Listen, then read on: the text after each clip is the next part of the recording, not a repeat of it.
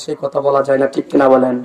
এক চশমে চাঁদান গাফেলা যা শাহেনাবাসী, এক চশমে চাঁদান গাফেলা যা শাহেনাবাসী, শায়দ কে নগাহে কুনাদা গাহেনাবাসী, শায়দ কে নগাহে কুনাদা গাহেনাবাসী। আমার বন্ধুরা রে, কখন আল্লাহ পাকের রহমত, কখন আল্লাহ পাকের হেদায়েত আপনার আমার কপালে নসিব হয়ে যাবে বুঝতে পারবেন না, ঠিক কিনা বলেন?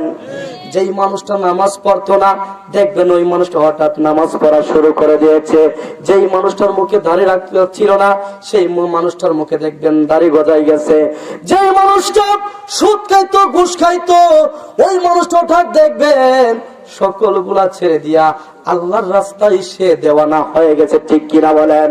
কারণ এক জামামা, কারণ এক চশমে চাঁদান গাফেলা যা শাহেনাবাসী, শায়দ কে নগাহে কুনাদা গাহেনাবাসী।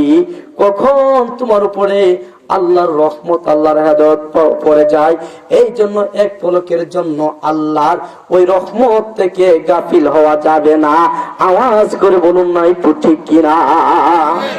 আমার শাহজালাল বাবা ইয়ামুনি রাহমাতুল্লাহ আলাইহি সেই সিলেটের জমিনে যখন তিনি মুরাকাবার মধ্যে জিকির করতে লাগলেন, চতুর্দিকে ওই গুরু গোবিন্দর ছেলেফেলারা বের জ্বালাইছে।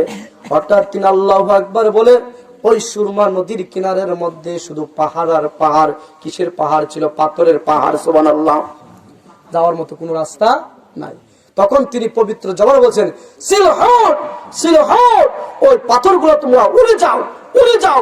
পাথরগুলো তোলার মতো উড়ে রাস্তা হয়ে গেল। চিৎকার মেরে বলে সুবহানাল্লাহ। ওই সিলহট থেকে সিলের শব্দটা আবিষ্কৃত হয়েছে। সুবহানাল্লাহ। তখন তিনি ওই 360 জন আউলিয়া তিনি সাথে ছিল, তারা যুদ্ধের মধ্যে কি লিপ্ত হয় নাই।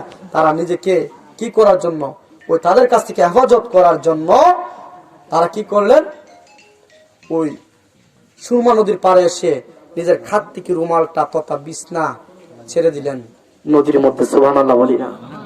আমার রুমালটা যদি পানির মধ্যে ছাড়ি, এটা ডুববো না বাসবো?